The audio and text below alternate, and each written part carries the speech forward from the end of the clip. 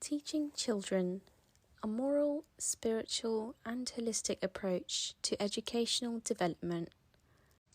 Written by El-Moslimany. Chapter 6: The Mind, Brain, and Education Science.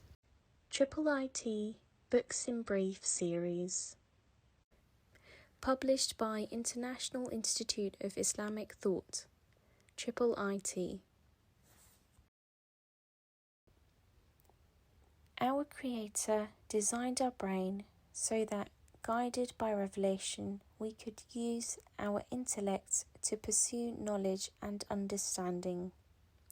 Western science has always struggled with the nature of the soul, the self, the mind, consciousness, and the non-physical heart.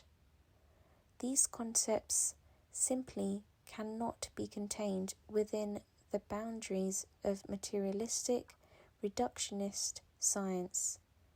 Thankfully, we have moved beyond the earlier scientism that taught that the human mind was simply equivalent to the physical organ we call the brain.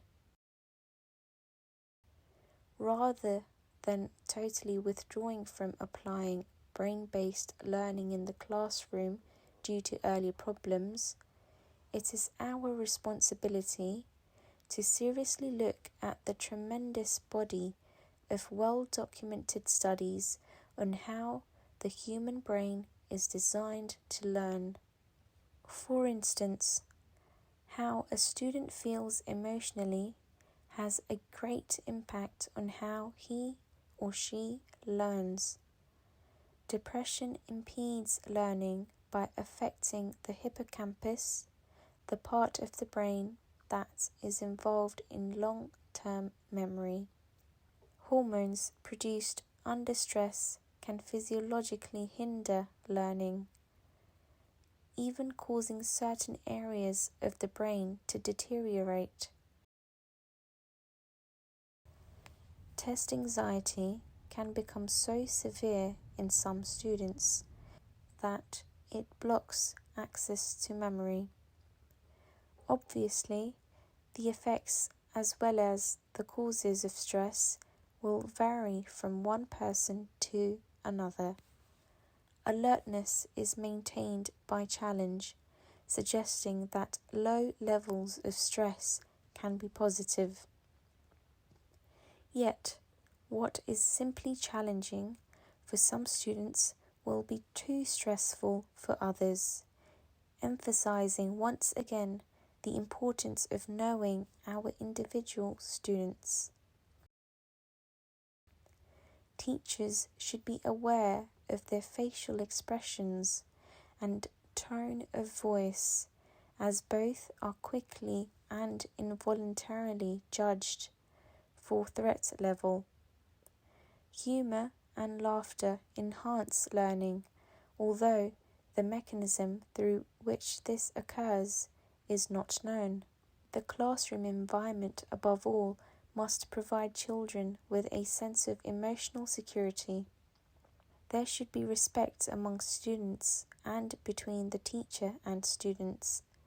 Students must feel free to express themselves without the fear of ridicule or discouragement.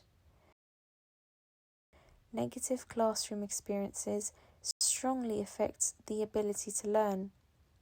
Collaboration should be the rule.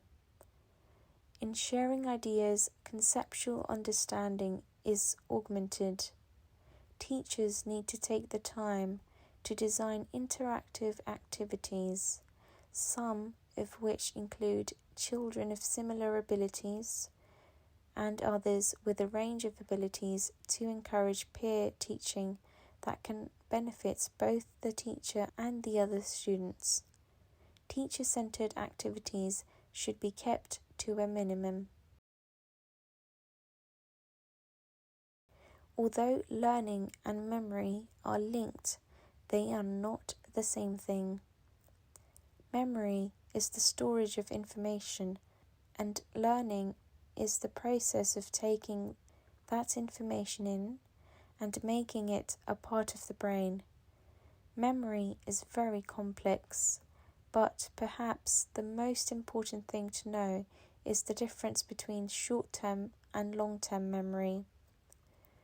Most things we remember for only a short period of time. Unless a memory reinforced, it will disappear. Only by giving it attention, connecting it with pre-existing knowledge, and reinforcing it by revisiting it, will it become part of long-term memory. Different senses move information into the brain through different pathways, so it is helpful to teach in ways that stimulates various senses. Learning requires attention, the selective processing of information. Concentration is energy intensive and cannot be sustained indefinitely. Few students are able to focus their attention for more than 20 minutes, particularly under teacher-centered, lecture-type conditions. Any sort of change or activity that allows a short break will encourage refocusing. Movement has a positive effect on learning, perhaps due to the refocusing that a break allows, or to the increased oxidation that movement causes. Even when the children are interested in the activity, they need to be given time to reflect both individually and as groups, particularly after any sort of intense concentration. It is nearly universally recognized today that there are innate qualities that are not the result of our positive or negative experiences, but are there from birth. The child's mind is not a blank slate, and knowledge cannot be spoon-fed or forced into an individual, but only encouraged through active and student-centered environments within which students construct their own learning through the continuous modification of patterns within the brain. MBE science thus supports developmental and constructivist learning and the rejection of behaviorism. The current understanding of how knowledge is incorporated into the long-term memory can be summarized as follows. No two individuals can learn in exactly the same way. Learning is based upon pre-existing knowledge. Child-centered learning is more effective than teacher-centered learning. Content should be relevant. Learning requires reflection. Movement positively affects learning. Learning occurs best when more than one of the senses is involved. Emotions have a powerful effect on learning. True learning must be individually constructed.